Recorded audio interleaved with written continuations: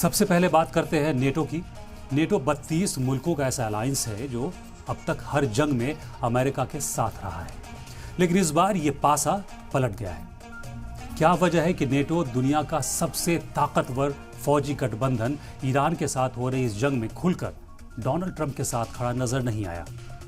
ये सिर्फ एक फौजी सवाल नहीं है, बल्कि सियासत, कानून और भरोसे का मसला है। सबसे पहले समझते हैं कि इस अलायंस में कौन कौन से बड़े मुल्क शामिल हैं। नेटो में अमेरिका के अलावा Britain, France, Germany, Italy, Canada, तुर्की, ग्रीस, स्पेन और पोलैंड जैसे देश शामिल हैं। डोनाल्ड ट्रंप ने इन नेटो के देशों से सीधा ईरान जंग में शामिल होने की अपील की है।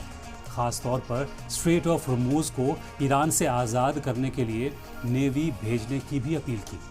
लेकिन सवाल यही है कि क्या वजह है कि डोनाल्ड ट्रंप की बार बार अपील पर नेटो देशों ने कोई तवज्जो नहीं दी। आइए इस वजह को समझते हैं, इसे डिकोड करते हैं।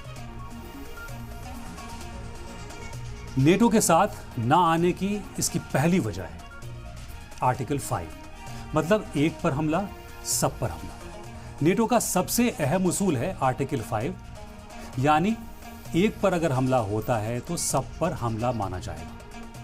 मगर यह उस वक्त लागू होता है जब किसी नेटो मुल्क पर सीधा हमला हो।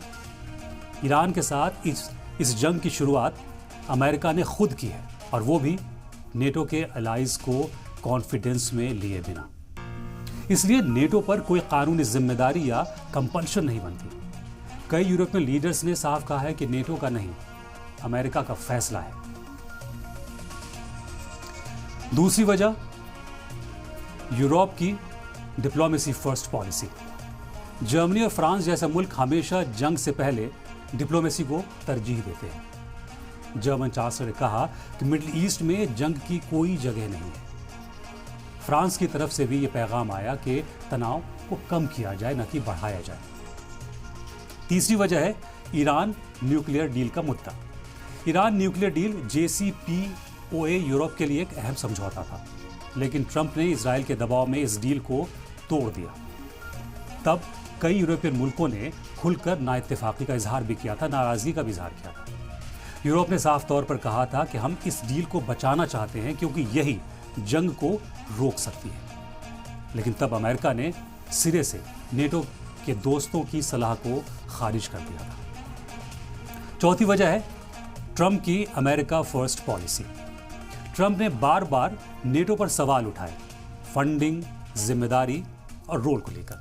इससे यूरोप में ये एहसास पैदा हुआ कि अमेरिका सिर्फ अपने मकसद के लिए नेटो के अलायंस का इस्तेमाल करता है। हाल ही के बयान में भी ट्रंप ने कहा कि अगर नेटो इस जंग में शामिल नहीं होता है तो उसे बुरे नतीजे के लिए तैयार रहना चाहिए। ये धमकी खुलकर डोनाल्ड ट्रंप ने दी थी। कई यूरोपियन नेताओं ने इशारों में कहा, गठबंधन भरोसे पर चलता है, दबाव पर नहीं। और पांचवी वजह है सीधा खतरा। यूरोप मिडिल ईस्ट के करीब है, जंग का असर सबसे पहले उसी पर पड़ता है, चाहे वो रिफ्यूजी क्राइसिस हो, तेल और गैस की सप्लाई हो, या फिर तेल की कीमतें। स्पेन और जर्मनी जैसे देशों ने अपने सैनिकों को या तो पीछे हटा लिया है या उनकी भूमिका कम कर दी है। इन सब बातों का नतीजा ये हुआ कि इस जंग में नेटो ट्रंप के साथ नहीं है। आज के माहौल में रूस और यूक्रेन जंग के नतायज देखने के बाद हर मुल्क अपने नेशनल इंटरेस्ट को पहले रखता है, और जब बात जंग की हो तो दोस्ती से कहीं ज्यादा सोच समझकर कदम उठाए जाते हैं। और शायद इसीलिए दुनिया का सबसे ताकतवर अलायंस नेटो भी इस बार खामोशी को ही तरजीह दे रहा है। एक तरफ डोनाल्ड ट्रंप इसे नेटो का धोखा बता रहे हैं, तो दूसरी तरफ क्वाड की खामोशी भी है। आखिर क्या वजह है कि क्वाड्रिलेटरल सिक्योरिटी डायलॉग यानी क्वाड ईरान के साथ इस जंग में खुलकर डोनाल्ड ट्रंप के साथ खड़ा नजर नहीं आता? सबसे पहले यहां यह समझना जरूरी है कि क्वाड नेटो की तरह कोई कलेक्टिव डिफेंस पैक्ट नहीं है। ये सिर्फ एक स्ट्रेटेजिक डायलॉग है। इसके तहत एक दूसरे के लिए जंग लड़ने का वादा नहीं करते। इसमें यूएस, इंडिया, जापान और ऑस्ट्रेलिया है। अब क्वाड क्यों दूर है इस जंग में? क्वाड का फोकस मिडिल ईस्ट है ही नहीं बल्कि चाइना है। तो चाइना की सुपरमेसी को कम करना चाहते हैं। और जैसा मैंने कहा कि ये कोई फौजी वादे के खिलाफ या फौजी वादे के लिए बना हुआ मुआहिदा नहीं है। तो जाहिर है यहाँ भी ट्रंप को ज़्यादा उम्मीद नहीं है। अब कुछ मुल्कों की बात करते हैं जो हमेशा अमेरिका के पीछे खड़े रहे, लेकिन इस बार वो अमेरिका की चाल से वाकिफ है। ईरान एक ऐसी जगह पर बैठा है जहां से वो पूरी दुनिया की इकोनॉमी का गला घोंट सकता है। हॉर्मूज के बंद होने से यूरोप और बाकी दुनिया में इस वक्त हाहाकार मचा हुआ है और इस जंग में ईरान इस कमजोर नस पर पैर दबाकर बैठ गया है। अमेरिका के दोस्त ये बात अच्छी तरह जानते हैं कि ईरान से सीधे टक्कर बहुत भारी पड़ेगी। ये दोस्त इस जंग पर अमेरिका से क्या कहते हैं, आइए पहले वो जानते हैं। जर्मन के चांसलर फ्रेडरिक मर्ज कहते हैं, जर्मनी फौजी मदद कैसे दे सकता है, ये सवाल ही नहीं उठता। हम ऐसा नहीं करेंगे। ईरानी रिजीम का खात्मा होना चाहिए, लेकिन पिछले साल और दशकों में हमने देखा है कि ईरान पर बमबारी करके उसे झुकाना सही तरीका नहीं है। ये कहना है जर्मन चांसलर फ्रेडरिक मर्ज का। अब जानते हैं कि यूके के पीएम कीर स्टारमर क्या कहते हैं।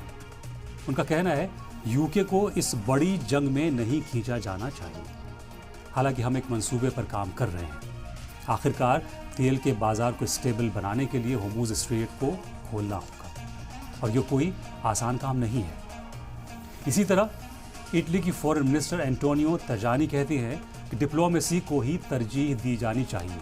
उनका देश किसी भी ऐसे नेवल मिशन में शामिल नहीं होगा जिससे उसका दायरा रीजन तक बढ़ेगा।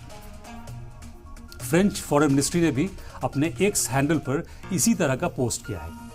मिनिस्ट्री का कहना है कि हमारा नेवल मिशन ईस्टर्न मेडिटेरेनियन सी तक है और डिफेंसिव है।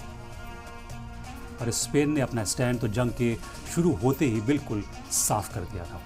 स्पेन के डिफेंस मिनिस्टर मार्गरेटा रोबल्स ने कह दिया था कि स्पेन हॉर्मूज स्ट्रेट में किसी भी मिलिट्री मिशन में हिस्सा नहीं लेगा, क्योंकि वो ईरान के खिलाफ अमेरिका इजराइल जंग को गैर कानूनी मानते हैं। ये अमेरिका के वो खास और हाँ में हाँ मिलाने वाले दोस्त और मददगार मुल्क हैं जो अब सीधे सीधे अपना दामन इस मगरूर तानाशाह से छुड़ा रहे हैं। अब सवाल उठता है कि ऐसी क्या पेचीदगी थी कि जिसे नेटो के लीडर तो समझ गए, लेकिन मगरूर तानाशाह नहीं समझ सके और ईरान पर हमला कर बैठे। या ट्रंप की कोई मजबूरी थी?